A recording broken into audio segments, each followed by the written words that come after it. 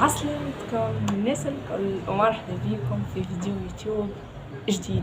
اليوم الإعلان على برنامج رمضان.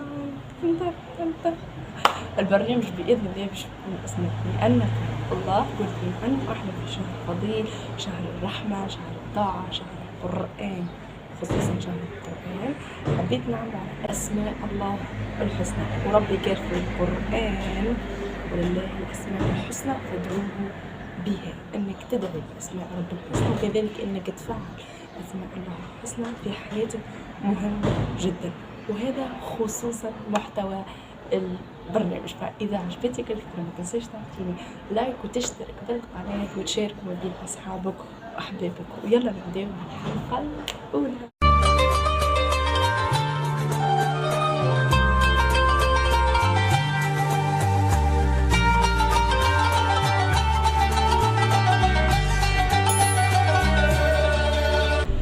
لأنك الله لا خوف ولا قلق، لأنك الله لا يأس ولا إحباط، لأنك الله ربي قلبي كله أمل ويقين، لأنك الله روحي ملؤها الألم والبسمة.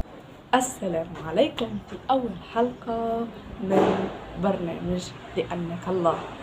اسم اليوم هو اسم عزيز علي برشا، واسم أخيرا فعلته في حياتي وشفت الأثر متاعه وشفت التأثير متاع التفعيل اسم هذا. اسم اليوم هو اسم الله الحفيظ.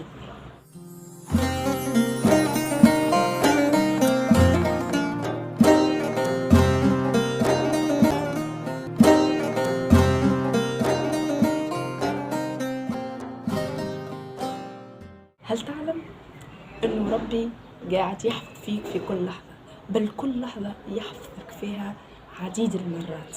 هو الآن حافظ قلبك من التوقف، حافظ شرايينك من الانسداد، حافظ عقلك من الجنون، حافظ أعصابك من التلف، حافظ عينك من العمى، وحافظ سمعك من الصمع.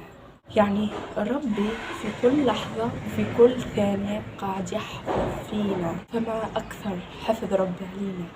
فكم ينبغي أن نقول الحمد لله في اللحظة الواحدة.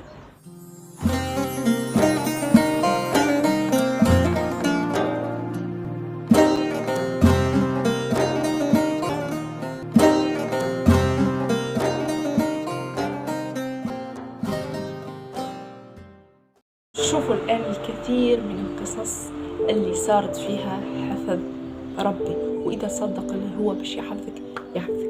قال لك يا سيدي كان سيدك يتجمعوا مشركي أهل قريش حول غار فيه رجلين، الرسول صلى الله عليه وسلم وأبا بكر الصديق، والإغراءات المالية تدفعهم لقتلهما.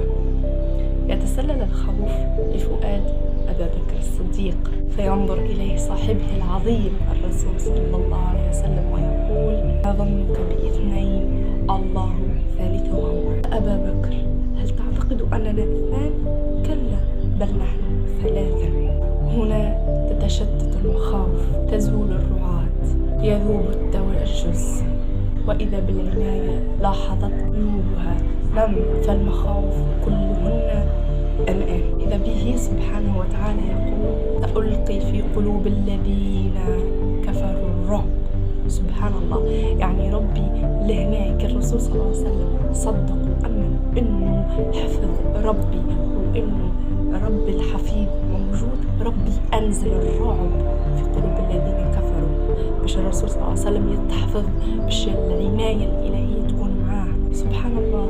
والكثير من القصص لا هم ولا كرب ولا خوف لا غم يقارن هم ذنون سيدنا يونس عليه السلام. كان في ظلمات ثلاث: ظلمة البحر، ظلمة الليل، وظلمة بطن الحوت. فسبحان الله، شكون اللي كان حافظ سيدنا يونس من هذه الظلمات الثلاث؟ شكون اللي كان حافظه من بطن الحوت؟ كان الحوت يعني كان يقدر انه ياكل سيدنا يونس، لكن شنو اللي منعه؟ حفظ ربي سبحان الله. يعني حفظ الله في كل آن وفي كل ثانية وفي كل لحظة معاك. لولا حفظ الله لكان الحوت أكل سيدنا يونس. سيدنا يونس كيفاه واجه هذه الظلمات، واجه هذا السبيل في الكروب بكلمة واحدة: لا إله إلا أنت سبحانك إني كنت من الظالمين. لأنه ربي في الأصل يحب لنا الخير، ربي لا يحب لك لا الخوف لا القلق، عكس يحب لك الطمأنينة، يحب لك الحفظ، يحب لك تعيش مستمتع، يحب لك السكينة. هذا ربي شنو يحب لك. هذاك علاش سيدنا يونس قال: لا إله إلا أنت سبحانك إني كنت من الظالمين. الظلم يجي من نفس مش من ربي، وما ظلمناهم ولكن كانوا أنفسهم يظلمون. فسبحان الله كلنا في هذه الحياة ذنون، والحياة قد التأمت علينا بكروبها وهمومها ولم ينجيها منها إلا اللي فعل أسماء الله، بس لا ينجيها منها إلا اللي مؤمن حقا واللي مسؤول على حياته واللي مأمن فعلا أن الخير بيد الله والشر بيد نفسه. فهذه كانت بعض مقتطفات أو بعض القصص من حفظ الله علينا. والآن ننتقل في كيفية تفعيل اسم الله الحفيظ، لأن هذا البرنامج حبيت يكون تطبيقي ليس نظري فقط.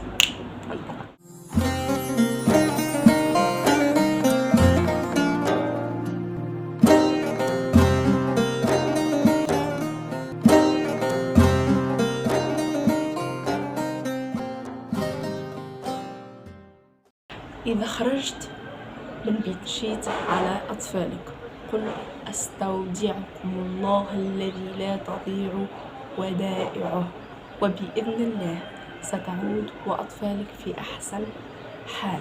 فعل اسم الله الحفيظ بيقين أنه مش يحفظك مهما كنت، مهما الظروف اللي كانت.